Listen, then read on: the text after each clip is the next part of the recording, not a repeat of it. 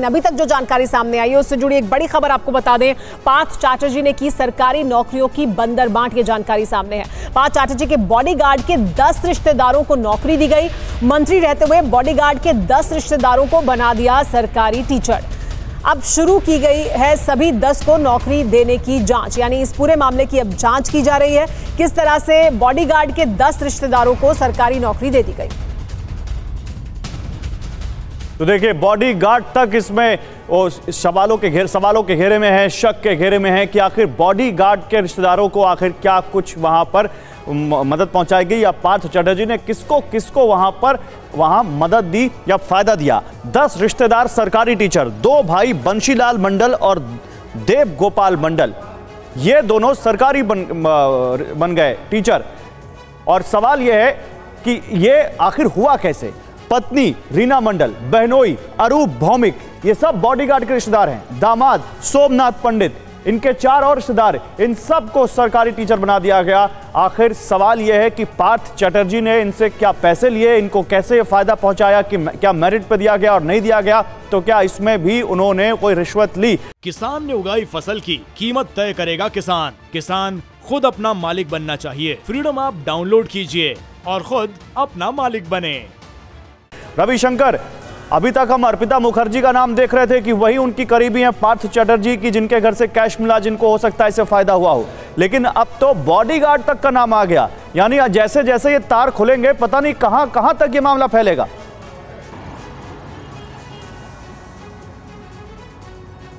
देखिए, कल हमने ये खुलासा किया था कि पार्थ चैटर्जी के बॉडीगार्ड के 10 करीबी लोग और उनका एक जो पड़ोस हैं उनको नौकरी दिया गया है। अब सूत्र मुताबिक नाम, जैसे आपने बताया, ये 10 लोगों का नाम है जो हमने खुलासा किए थे।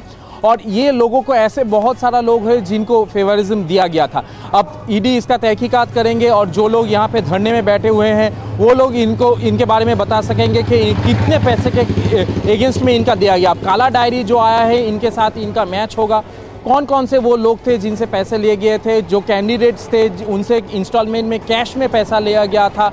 ये जो सबसे बड़ी बात है, ये जो नोट्स हम दिखाई दे रहा है फोटोज़ में, जो कि पिंक कलर के और हरे कलर के हैं, सारे जो नोट्स है वो 2018 के नोटबंदी के बाद के पैसे हैं। तो इतने पैसे कहाँ से आए? ईडी के मुताबिक ये जो पैसा अर्पिता का घर से मिला था 1 से 1.5 महीना पहले, वहाँ आए थे। वहाँ पे कहाँ से ये पैसा, इतना पैसा आए थे, जिसको भरने के लिए 40 ट्रंक लगे।